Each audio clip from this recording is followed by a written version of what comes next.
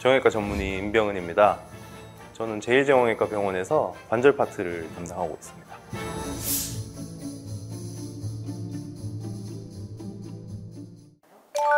이제 퇴행성 관절염이 이제 엑스레이에서 먼저 그 진행 정도를 보면서 단계를 나누게 되고요. 1기부터 4기까지 있습니다. 증상은 이제 보편적으로는 1기부터 4기로 진행하면서 조금 더 악화된다고 합니다. 처음에는 그냥 가만히 있을 때 아프고 그런 현상은 잘 없고요. 움직일 때, 앉았다 일어설 때 좀 아프다, 계단 오를 때만 아프다 이렇게 표현을 하시고, 근데 이제 시간이 지나면 가만히 있을 때도 점점 아파지고 밤에 잘 때도 아프고 그렇습니다.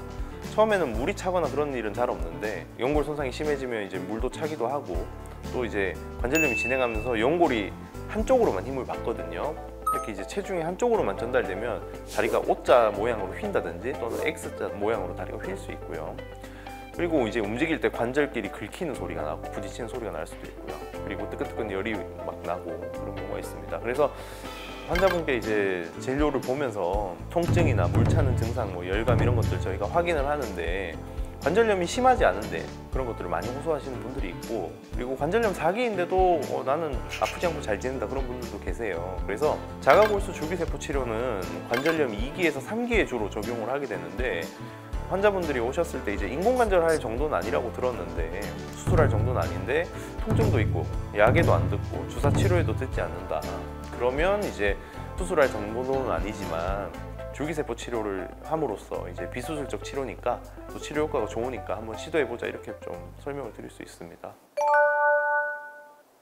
일단은 자가골수를 채취를 하고요. 앞쪽, 뒤쪽 다 가능한데 대부분은 환자분이 이렇게 침대에 엎드려 누워서 뒤쪽 이제 장골능이라고 하고, 거기서 이제 뼈에서 골수액을 채취하는 겁니다. 그래서 뼈 주위 조직에 국소 마취를 하고요. 그 다음에 골수 채취용 전용 바늘이 있습니다. 그 두꺼운 바늘인데 그걸 이제 뼈에 못 박듯이 이렇게 망치질을 해서 박습니다. 그렇게 해서 골수액을 채취를 하는데 60cc 정도 채취를 하게 됩니다. 그래서 그거를 키트에 옮겨서 원심 분리기로 이제 분리를 하게 되는데 농축하는 거라고 생각하시면 될 것 같아요. 그래서 줄기세포가 소량이 함유가 돼 있다고 알려져 있고, 그 다음에 줄기세포 외에도 조직을 재생하거나 이제 회복시키는 데 필요한 것들이 또 성장인자들이 있거든요. 그런 이제 물질들이 포함이 돼 있습니다. 그래서 그거를 이제 무릎에 이식하게 되는데 관절 내시경이나 절개 없이 바로 주사기로 주입을 할 수 있죠.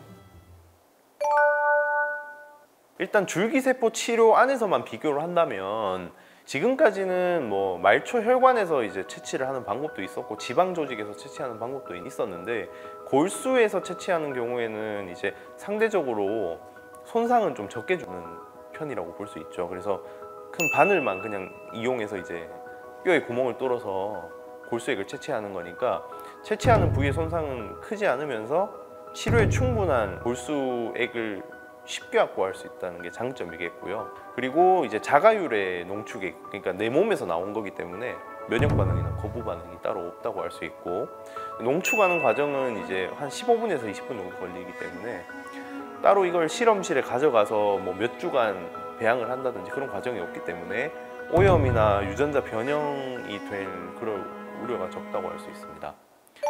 단점이라고 하면 모든 줄기세포 치료가 그러하지만 줄기세포의 종류나 어떤 구성을 숫자로 정량화하는 것, 그리고 실시간으로 확인하는 건 아직 좀 어렵습니다. 그리고 환자분의 나이나 체중, 그리고 골수 상태가 또 사람마다 다르거든요. 그런 것들을 고려해서 치료하기는 좀 어려운 것이 한계점이라고 할 수 있겠습니다. 골반에서 골수액을 채취하는 거기 때문에 출혈 경향이 있으신 분들은 좀 치료하기 어려울 수 있습니다. 혈액 관련 질환이 있다든지 혈소판 기능에 장애가 있다든지 혈우병이 있다든지 혈관 질환이 있다든지 그럴 때는 치료 적용이 어렵겠고, 특히 이제 혈액암이 있다든지 또는 전이암의 병력이 있을 때는 치료를 적용하기 좀 어렵겠습니다. 왜냐하면 암이라는 게 이제 골전이도 있을 수 있거든요. 그래서 장골이나 이런 우리 골반골에도 충분히 이제 그런 가능성이 있기 때문에 그런 것들이 있을 때는 무릎에 그거를 주사하는 건 위험할 수 있겠고 그렇습니다. 그리고 치료 후에는 일상적인 생활을 바로 할 수 있다는 게 장점이고요. 그래도 이제 과격한 운동이나 활동은 최소한 2주에서 4주 정도부터 천천히 시작하는 게 좋고, 체중 부하를 하는 건 문제가 없지만 이제 쿵쿵 딛는 동작이나 점프하는 동작 그런 것들, 그리고 달리는 동작 그런 것들은 초기에는 도움이 되지 않고요. 오히려 무릎을 가볍게 구부렸다 편다든지 허벅지 근력을 강화한다든지 그런 운동들을 적절히 하는 게 초기 생착에 도움이 되고 통증에도 도움이 될 것이라고 생각하고 있습니다. 퇴행성 관절염이 이제 삶의 질을 떨어뜨리는 순위로 치면 만성 질환 중에 거의 1, 2위에 들 만큼 환자분들이 괴로워하시거든요. 또 연골이라는 조직은 한번 손상되면 이제 낫지 않으니까 이게 어떻게 해야 되냐, 좀 막막하다 이렇게 여기는 분들이 많은 것 같습니다. 그래서 관절염의 치료보다 더 중요한 거는 예방이라고 생각을 합니다.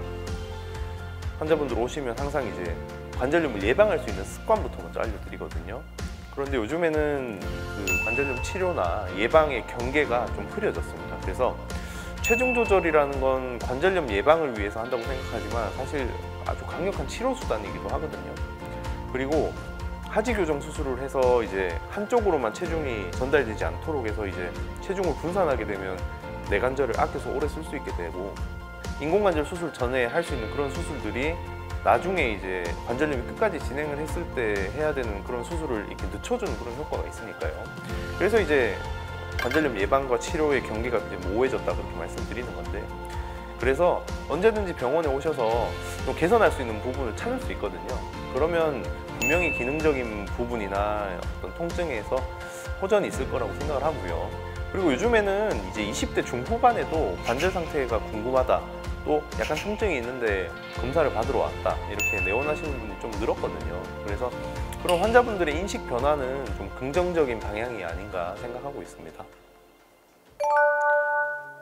좋은 정보를 전달할 수 있도록 좀 노력을 했는데요.